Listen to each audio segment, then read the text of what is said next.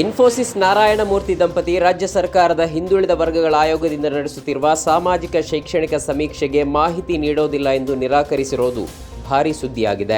ಕಾಂಗ್ರೆಸ್ನ ಹಲವು ನಾಯಕರು ಈ ನಿರ್ಧಾರಕ್ಕೆ ವಿರೋಧ ವ್ಯಕ್ತಪಡಿಸಿದ್ದಾರೆ. ಈ ಬಗ್ಗೆ ಇಂದು ಮೈಸೂರಿನ ಮಂಡಕಳ್ಳಿ ವಿಮಾನ ನಿಲ್ದಾಣದಲ್ಲಿ ಮಾಧ್ಯಮ ಪ್ರತಿನಿಧಿಗಳಿಗೆ ಪ್ರತಿಕ್ರಿಯಿಸಿರುವ ಮುಖ್ಯಮಂತ್ರಿ ಸಿದ್ದರಾಮಯ್ಯ ಅವರು, ಇನ್ಫೋಸಿಸ್ನವರೇನು ಬೃಹಸ್ಪತಿಗಳ? ನಾವು ನಡೆಸುತ್ತಿರುವುದು ಹಿಂದುಳಿದವರ ಸಮೀಕ್ಷೆಯಲ್ಲ. ಅವರಿಗೆ ಅದು ಅರ್ಥವಾಗದಿದ್ದರೆ ನಾವು ಏನು ಮಾಡಲು ಸಾಧ್ಯ ಎಂದು ಕೇಳಿದ್ದಾರೆ.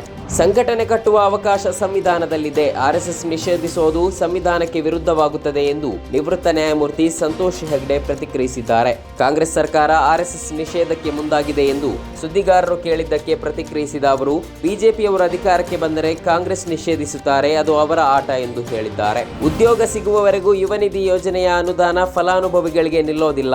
ಕೌಶಲ್ಯಾಭಿವೃದ್ಧಿ ತರಬೇತಿಗೆ ಸೇರಿದ್ರೆ ಭತ್ಯೆ ನಿಲ್ಲುವುದೆಂಬ ಬಿಜೆಪಿಗರ ಸುಳ್ಳುಗಳಿಗೆ ಕಿವಿಗೊಡಬಾರದು ಎಂದು ಮುಖ್ಯಮಂತ್ರಿ ಸಿದ್ದರಾಮಯ್ಯ ಹೇಳಿದ್ದಾರೆ.